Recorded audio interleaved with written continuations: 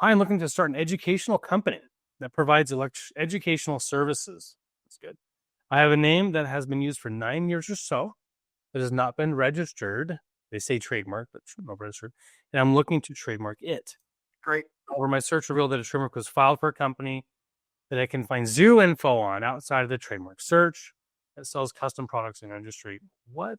Would an educational service company be seen as different enough to warrant a separate trademark? Or would it just be easier to rebrand? Yeah, good question. Without more information, it's really hard to make to say yes or no definitively one way or the other. But I would say if you have 9 years of use, there's a good chance that this third-party company that has a trademark registration for some product affiliated with education services is a junior user, right? You've probably been around longer than they have. So you'd want to go see, their proof of use, make sure that their trademark is valid. Might be a Chinese company. A lot of their trademarks are not valid in the United States based on their application practices. But you want to go take a look and see if you have better rights. And if you have better rights, then no need to rebrand. Talk to a trademark attorney and see about, either approaching them, asking for a consent agreement, or filing a cancellation if they haven't already filed a Section 15 incontestability document. So yeah, lots of options. But I think the first thing to do is just talk to someone who can give you the yes or no answer. And in this type of thing, I think an attorney should be able to look at this pretty quickly if they know what they're doing and give you a yes or no what to do.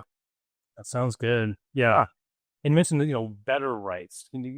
Yeah, better rights. So first in time, first in right in the United States, meaning, first in time to go to market is the person who presumably has senior user rights in the United States. Kind of different than patents in some ways, but first in time, first in right, meaning who goes to market first, who gets the trademark. If you file the trademark before the other user, who might be a senior user, their application is junior to yours at the USPTO, but their rights are senior, meaning that they're going to have to challenge your first applied for trademark first. Okay.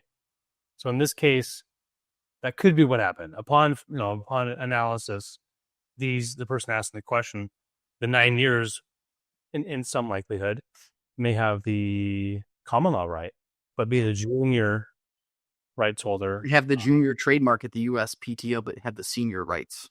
The senior rights. Very good. So, yeah, I think once those two questions are answered, you kind of have an idea of what to do next.